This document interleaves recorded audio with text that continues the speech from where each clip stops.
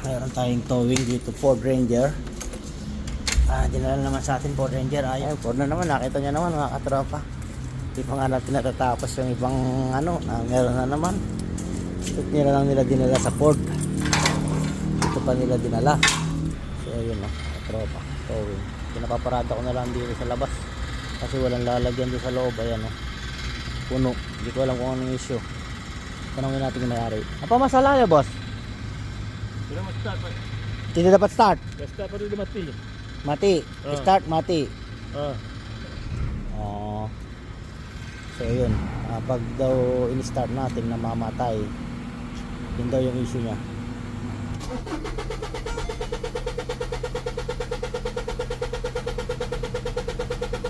Parang wala lang diesel itong mga ganitong ano, lakas ng cranking. Ayan.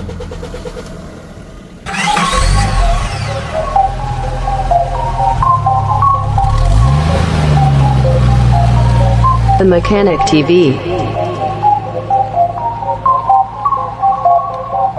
Who made this? The Mechanic TV channel, dito ay manood ka. Click mo subscribe button, click yung bell, updated ka sa mga paparating namin na gawain. Alam mo na, subaybayan galaw ni Sir Edgar, manapat The manood Mechanic ka. TV. Good morning mga katropa. Ito na yung kagabi mga katropa. I-scan natin. Dala-dala ko na yung ating scanner. So titignan muna natin kung meron ba siyang code o wala, para malaman din natin kung saan tayo mag-start mga katropa ng paggawa. Pwede rin naman natin hulaan yan, kaya lang siyempre i-scan muna natin. So ayun, ni-scan na natin mga katropa. Tingnan natin kung may trouble. Wala man lang ka-trouble. Konting-konti lang ito Pure pressure regulator A, performance, PCM again, glow plug module, PCM again, glow plug open circuit, PCM again, number 2 glow plug. Bakit naglalag yung ating ano? Glow plug number 3, glow plug number 4, P2291, PCM, injector pressure control, too low engine cranking. So yan yung dalawang pinaka ano natin, yung P2291 tsaka pressure regulator A performance. Yan yung SCB ay yun yung ano nyan, pressure control, pure pressure control. So syempre magmamalfunction yan kapag walang fuel. Ayan, pag walang fuel. Tignan muna natin kung may fuel o wala. Syempre, yan, glow plug, glow plug, glow plug, glow plug, glow plug, injector control pressure. So walang pressure si injector, walang binibigay na pressure. Yung gagawin natin dyan mga katropa pagka ganyan, so syempre i-check muna natin si ano, i-check muna natin kung may umaakyat na fuel mga katropa bago tayo pumunta dun sa ibang fuel system. Dun muna tayo sa fuel kasi mababa yung fuel nito. Ito, pipicture lang natin to. 1. Mababa kasi yung fuel nito mga katropa.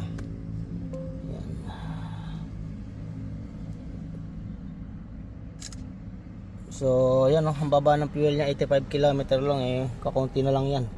So ngayon titignan muna natin yung fuel niya kung may umaakyat mga katropa bago tayo pumunta rito. So hindi muna natin siya i-delete para meron tayong guide. I-delete natin kapag nagawa na natin yung mga dapat gawin. Mga katropa, chinek natin yung fuse box, wala namang problema rito mga katropa. Kaya balik na natin yan. So inugot ko na rin yung galing ng tangke, inon natin, wala rin lumalabas, kaya ako inugot, baka kakubarado lang yung filter, so wala talaga lumalabas. So ibig sabihin, pwedeng yung float niya gumagana pa, kasi kukunti na lang yung ano mga katropa, yung naka-indicate dun sa ating fuel gauge. So konting-konti na lang yun. Pwedeng hindi gumagana si fuel pump, or pwedeng wala na siyang diesel. So ito nga, babalik ko na mga katropa. Yung gagawin natin dito, kakargahan muna natin ang diesel mga katropa para ano, para malaman natin kapag may diesel na tayo wala pa rin lumalabas dito, ibig sabihin si fuel pump na mga katropa. Yan, so yun yung ating ano dyan, diagnose dyan. Kasi dito pa lang wala na mga katropa. Paano pa pagdating dun, di lalong wala mga katropa. Dapat kung gantong senaryo, kung meron dito, kung merong umakyat dito at lumalabas dito sa ano na to papuntang high HP, tapos ayaw mag-start, tapos yung code ganun, pwede na tayong pumunta sa ano, pwede tayong pumunta sa SCB or pressure control valve dun sa ano, yung maliit na yun mga katropa. Kaso dito pa lang wala, ibig sabihin magpo-focus tayo dun sa papuntang likod, galing ng tangke papunta rito sa ano na to. Kailangan meron mo nang umakyat dyan para malaman natin. At bago tayo pumunta rito sa parte ng high pressure pump or injector mga katropa, ito muna yung sikasuhin natin. So yung gagawin dyan, ganyan sinabi ko, papakargahan muna natin ng diesel, tapos try natin i-on ulit kung may aakyat. Pag walang umakyat, tsaka tayo pupunta na sa fuel pump. So yun mga katropa, nasa linan ko na ng diesel. Ayan. Tapos tinanggal ko rito, ayan, meron na parang gripo lang, ay parang gripo. Oo, wala siyang kasirit-sirit mga katropa, parang mahina yung bigay ng pump. So ngayon, pero testingin natin mga katropa kung andar, may umaakyat na. Ayan. Tingnan natin.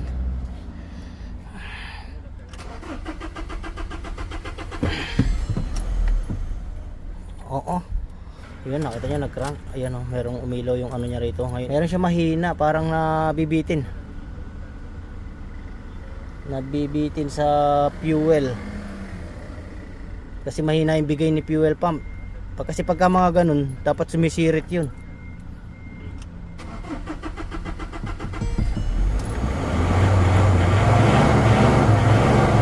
Tara.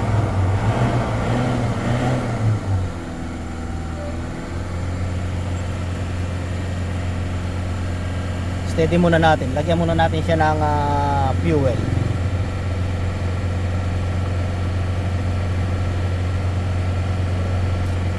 Kasi daw pag ni-start tapos namamatay, yung pala yun, kulang sa ano,